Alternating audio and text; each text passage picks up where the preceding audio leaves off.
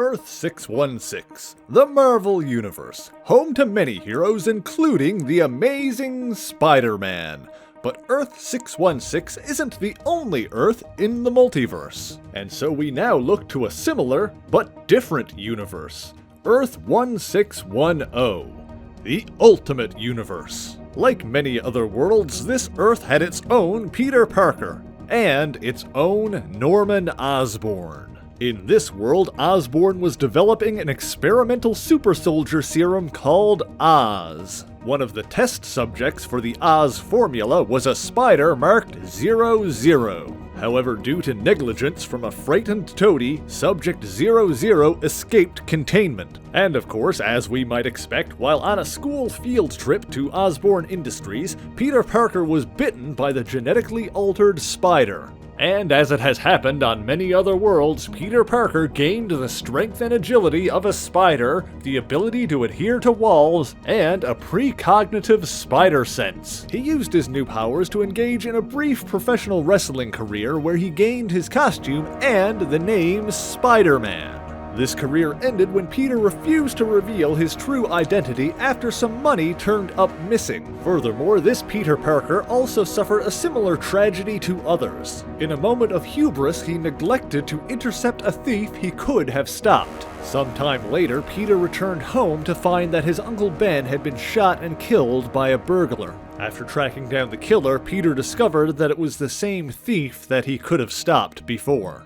Thus, Peter Parker learned that with great power, there must also come great responsibility.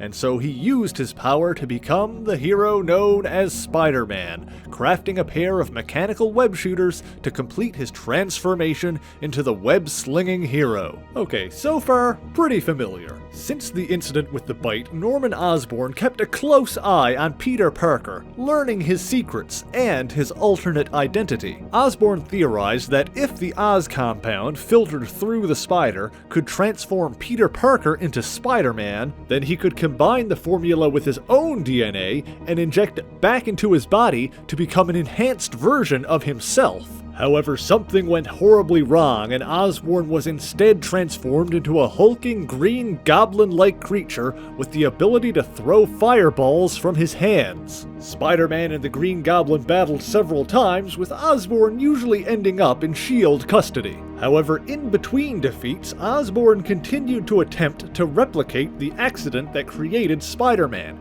creating more genetically altered spiders. After Osborn's eventual downfall, Osborn Industries fell into disrepair. A burglar known as the Prowler broke in, pilfering Osborn's safe. However, one of the spiders, marked number 42, survived and crawled into the Prowler's bag. We next turn our attention to Miles Morales, the 13-year-old son of Jefferson Davis and Rio Morales. Fortunately for him and his family, Miles won a seat at Brooklyn Visions Academy, a distinguished private school. Miles went to tell his Uncle Aaron the good news, not knowing that Aaron Davis was also the Prowler. The spider, Subject 42, crawled out of Davis's bag and bit Miles on the hand. Miles passed out, and by the time he woke up, Aaron had already called his father, Jefferson, who quickly arrived. Jefferson argued with Aaron, not wanting his son anywhere near his criminal brother. However, Miles slipped away, partly thanks to his newly developed camouflage powers. He quickly discovered that he had also developed enhanced strength, agility, and a venom blast, which is really more of a bioelectric shock he's able to send through his fingers into people and objects. Miles rushed to the home of his best friend, Genki Lee, and told him everything that had happened. The bite, the powers, everything. This is where Jefferson found Miles. Jefferson Davis took his son and explained to him exactly what kind of person his Uncle Aaron was. The kind of person Jefferson could have been if he hadn't chosen a different path. The kind of person he never wanted Miles to ever have to be. That night, Genki texted Miles with a theory. Miles had been bitten by a spider and developed strange powers, just like Spider-Man. Genki's idea seemed to be proven true when Miles climbed up onto the ceiling. Miles tested his powers, using them to save a little girl from a burning building, but ultimately decided that he didn't want the life of a hero. He didn't want to be Spider-Man. Meanwhile, Norman Osborn plotted his final revenge when he broke out of prison, taking with him several of Spider-Man's deadliest enemies. Peter sent his loved ones, Aunt May, Mary Jane, Gwen Stacy, away to protect them and prepared to confront his nemesis once more. While all of that was going on, Nick Fury was being accused of selling experimental superhuman soldiers to the Chinese. Captain America and the Ultimates were dispatched to bring him in, but Fury had his own team of Avengers, including Frank Castle, the Punisher. Captain America had Fury beaten, but from a distance Castle took aim, intending to shoot Cap in the leg.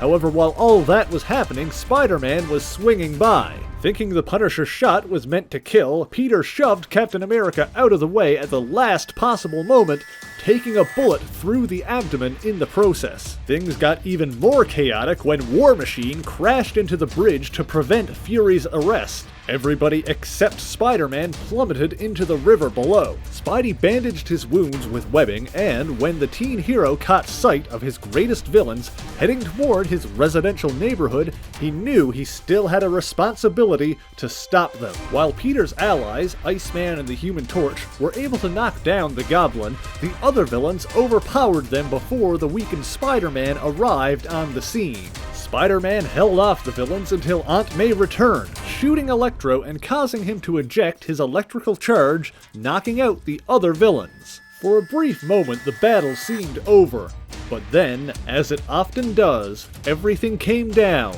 to Peter Parker and Norman Osborn. Meanwhile, the news of what was happening was spreading across the city. Upon hearing that Spider-Man had been shot, Miles Morales snuck out of the Brooklyn Visions Academy to see the situation for himself. After a hard-fought battle, Peter was able to defeat his nemesis once again, knocking out Osborn by slamming a truck down onto him. However, Peter's injuries were too severe, and in the wake of his final battle with the Green Goblin, Spider-Man died. Miles Morales was there, in the crowd that had gathered around to learn Spider-Man's true identity and to witness his final moments. Miles blamed himself for Peter's death, convinced that if he had embraced his powers earlier and became a hero, he might have been there to help turn the tide in the final fight. At Peter's funeral, Miles approached Gwen Stacy, asking her why Peter did what he did. Gwen explained, "Uncle Ben, great power, and great responsibility." With a Halloween costume provided by Gamekey, Miles tried to step into Peter Parker's shoes.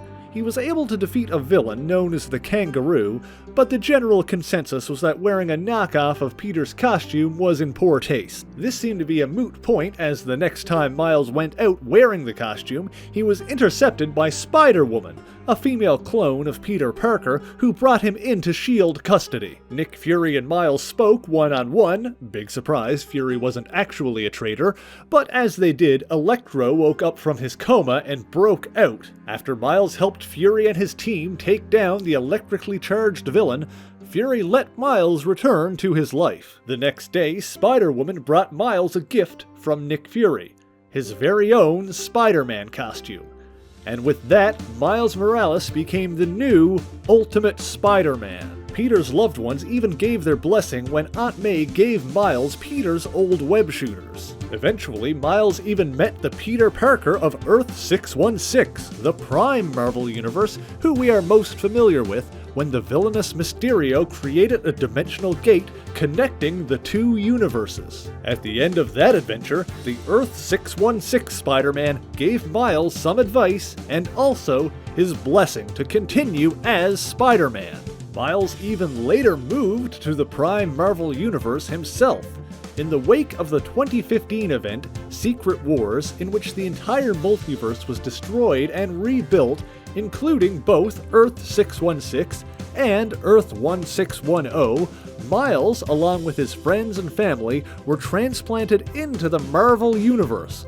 Only Peter and Miles were aware of the change, and so from then on, Earth 616 was the home to both Spider-Men. And that's the Ultimate Spider-Man. If you liked this video, please give it a thumbs up and share it on your favorite social media platform.